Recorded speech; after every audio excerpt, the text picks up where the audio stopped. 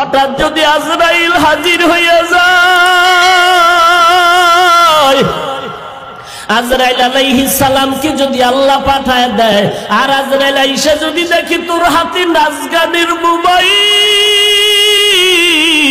তুই বসে বসে নাচ দেখতেছো, গান শুনতেছো, আজান হইতেছে, তোর গানের আওয়াজ বন্ধ হয় না, তোর নাটক বন্ধ হয় না, কত মেয়ের চরিত্রের উপরে আঘাত করতেছো, কত মানুষের জীবনটাকে দুনিয়ার থেকে বরবাদ করে দিয়েছো।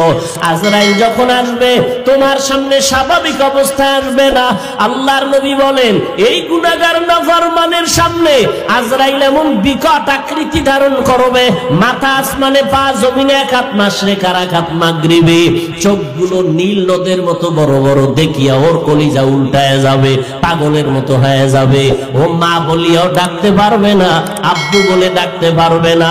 আজরাইল আইসা রুহুটা যখন ধরার জন্য শরীরের উপরে কদম রাখবে, রুহুটা শরীরের জোড়ায় জোড়ায় জোড়ায় জোড়ায় পালাইতে থাকবে, বের হইতে চাইবে না। চরমনের জমিনে ঘুমান্ত সৈয়দ ইসহাক রাহমাতুল্লাহ আলাইহি বলতেন, লাঠির আগায় আলকাতরা মাখিয়া তুলার মধ্যে বাড়ি দিলে তুলাগুলো যেমন লাঠির মধ্যে চলে আসে, ওরে গুনাহগার জাহান্নামের আসামির যুবক,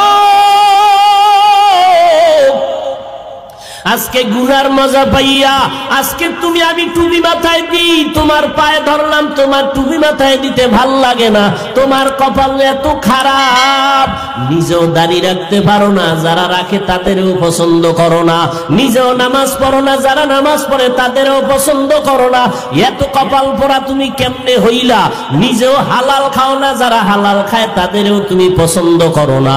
আজরাইল যখন রুহুটা টান দিবে, সাথে সাথে শরীরে রগগুলো সিরিয়া রুহুটা হাতের মধ্যে চলে যাবে। আল্লাহর নবী বলেন জ্যান্ত বকরির চামড়া খুললে যেমন কষ্ট, এর থেকে শতগুণ কষ্ট বেশি হবে বেনামাজির জান কবজের সময়।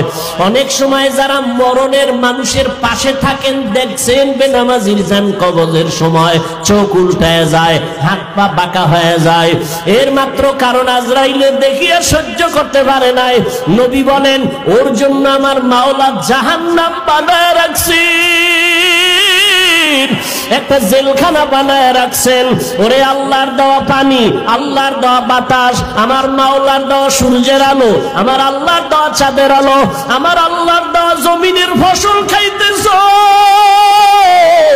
আল্লাহর দেওয়া নদীর মাছ খাইতেছো, আল্লাহর এত কিছু নিয়ামত খাইয়া যারা আল্লাহর বিরোধিতা করবি, মানবি না, আলেম ওলামারা পাও ধরে ধরে নামাজের দাওয়াত দেয়, শুনবি না, এরপরও গালাগালি করবি। আল্লাহর নবী বলেন আল্লাহ রাগ করিয়া বলে ফেরেশতা, ওই জাহান্নাম ওর জন্য বানায় রাখছি জেলখানা, আমার হুকুম মানে নাই। সরকারের নজরে আমরা জনগণ সব সমান, কিন্তু এরপরও সরকার জেলখানা বানায় রাখছে, রাষ্ট্রের মধ্যে বালাখানাও বানায় রাখছে। জেলখানা কাদের জন্য? যারা সরকারের আইন অমান্য করবে তাদের জন্য জেলখানা, ওখানে রিমান্ডের মার দেওয়া হয়। আল্লাহ বলেন আমার কাছে সব বান্দা মোহাব্বতের, আমি আল্লাহ চাই না কেউ জাহান্নামে যাক। এই জন্য আমি আল্লাহ প্রত্যেকটা রাতের গভীর তৃতীয় ভাগে আমি প্রথম আসমানে আসি, আমি আমার বান্দার গুনাহ মাফ করার জন্য ডাকতে থাকি। আলা মিন মুস্তাগফিরিন ফাগফির আলা, আলা মিন মুস্তারজিকিন ফারজুকা।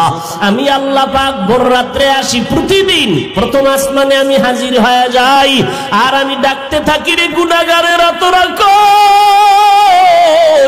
ওরে শয়তানের ধোকায় পড়িয়া যারা গুনাহ করেছো, ওরে তোর 30, 40, 50, 70 বছর হায়াতটারে গুনাহে যারা কাটাইছো, শয়তানের ধোকায় নামাজ পড়তে পারো নাই, শয়তানের ওয়াসওয়াসায় গুনাহ করেছো, আমি আল্লাহ হাজির, আমার কাছে উঠি একবার আল্লাহ বলিয়া ডাক দাও।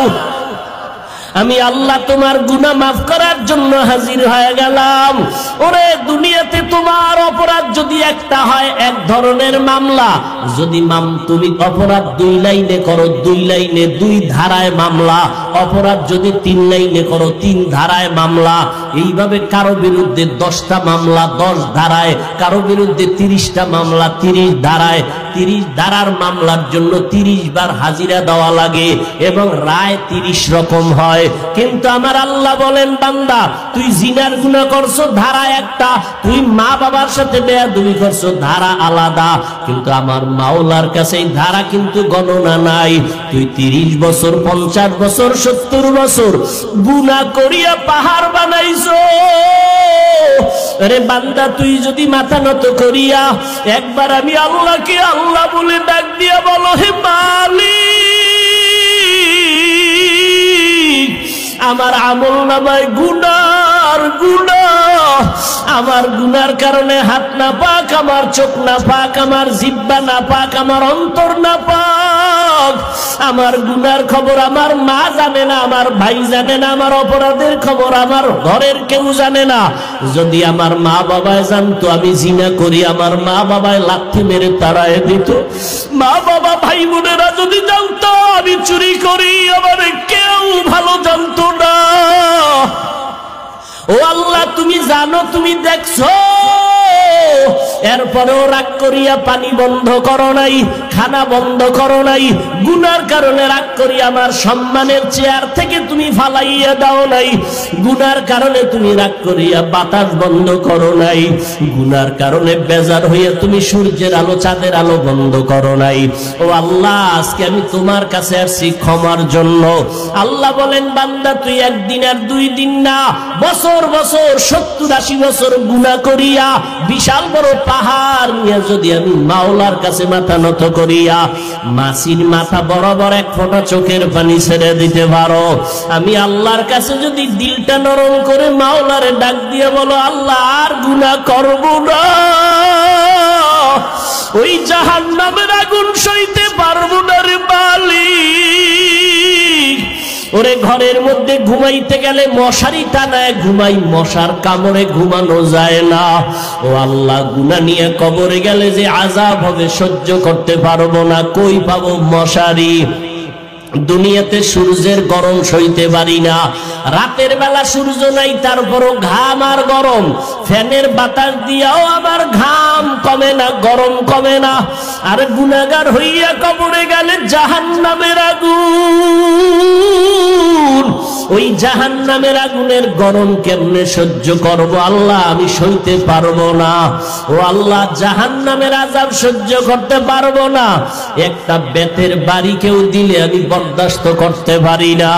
আল্লাহর নবী বলেন, গুনাহ নিয়ে যারা কবরে যাওয়া, ওই 2 পার্শ্বের মাটিকে আমার আল্লাহ ডাক দিয়ে বলবে, রে কবরের মাটি, ওই নাফরমান বেনামাজির 2 পার্শ্ব থেকে জোরে জোরে চাপ দাও। এত জোরে 2 পার্শ্বের মাটি চাপ দিবে পাজরের হাড়গুলো চুরমার হয়ে যাবে। একটা না, 2টা না, 70 থেকে 99টা সাপের কামড়। ও যুবকেরা, ও বৃদ্ধ বাবাজিরা, ও পর্দার আড়ালের মারা, ও বোনেরা, ভালো করিয়া বুঝো, 1500 বছর হয়ে গেল আমার আল্লাহর কোরআনের ভুল কেউ প্রমাণ করতে পারে না।